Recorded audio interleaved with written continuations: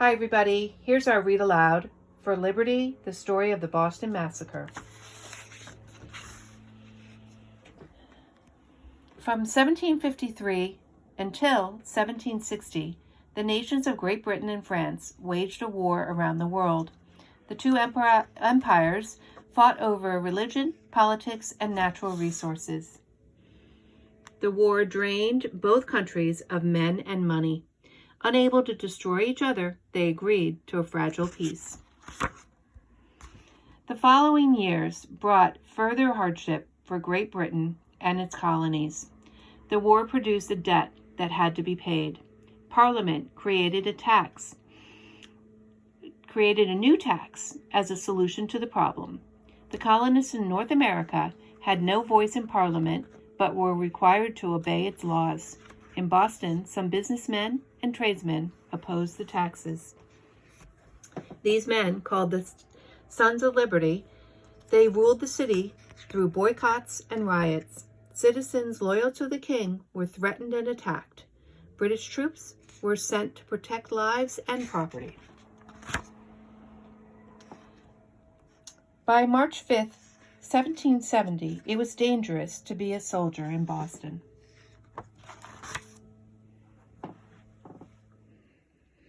Bells pealed throughout the city, a call to fight a fire that didn't exist.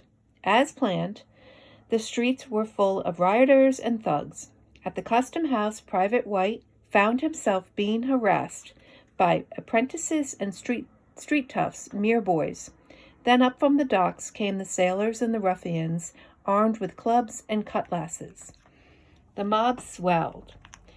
The reasonable men went home. The bellicose remained, meaning the threatening remained.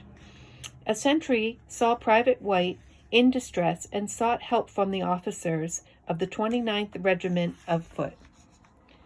Aware of the unrest in the city, the officers discussed what action to take. They could hear the growing din as they talked. It was decided that Captain Preston would lead a group of soldiers to rescue Private White and disperse the mob. Captain Preston, Corporal Wems, Private Carroll, Private Kilroy, Private Warren, Private Montgomery, Private Hartigan, and Private McCulley marched toward the King Street.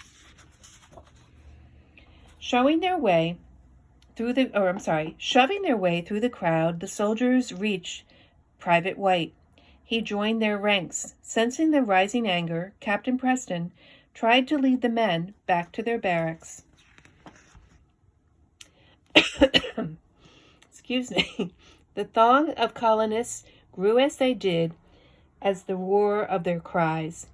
The angry crowd would not let the soldiers through. Captain Preston ordered the soldiers to form a line near the corner of Custom House. Thus set, they could be best defended the king's property and themselves.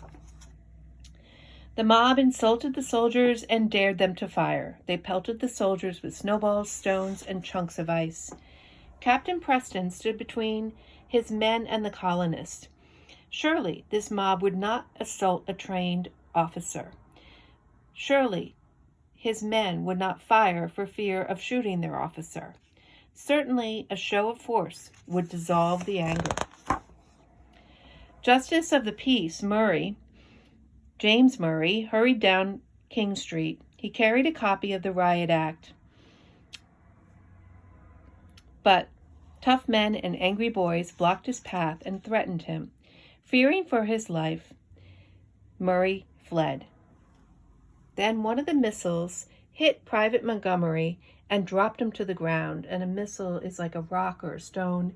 In this case, it looks like a branch or a heavy log. The crowd was angry. Pain and fear turned into rage. And there's the shot. The shot surprised everyone. Turning, Captain Preston lost his footing. As he fell, he was struck by a club. A moment of silence descended over the street. Preston sought protection behind his soldiers.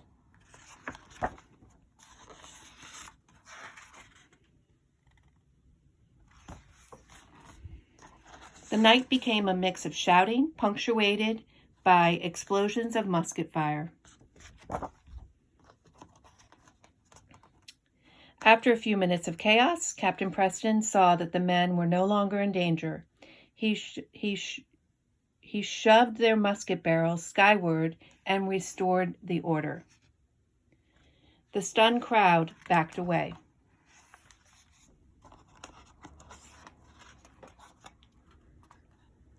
The bells continued to ring as if signaling the new tragedy.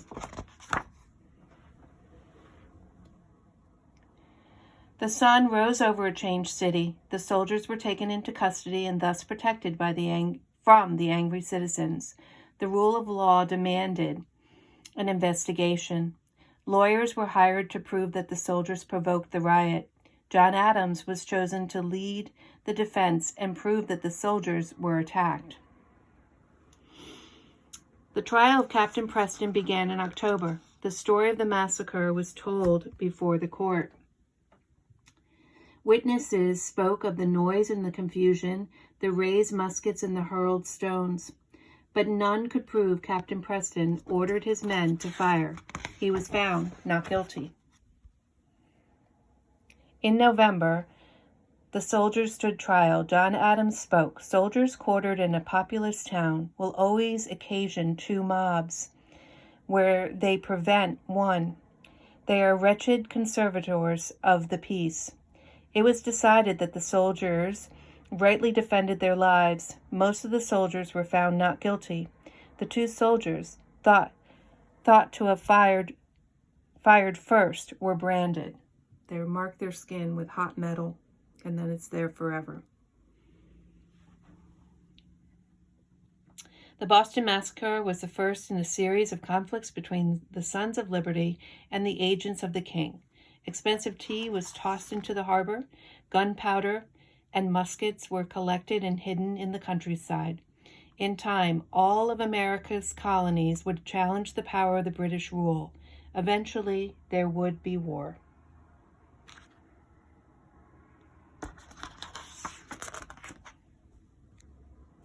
John Adams foresaw a troubled future. The lawless mob and the presence of soldiers were signs of a defective system of government. He understood that no nation held dominion over liberty, the protection of one person from the actions of another.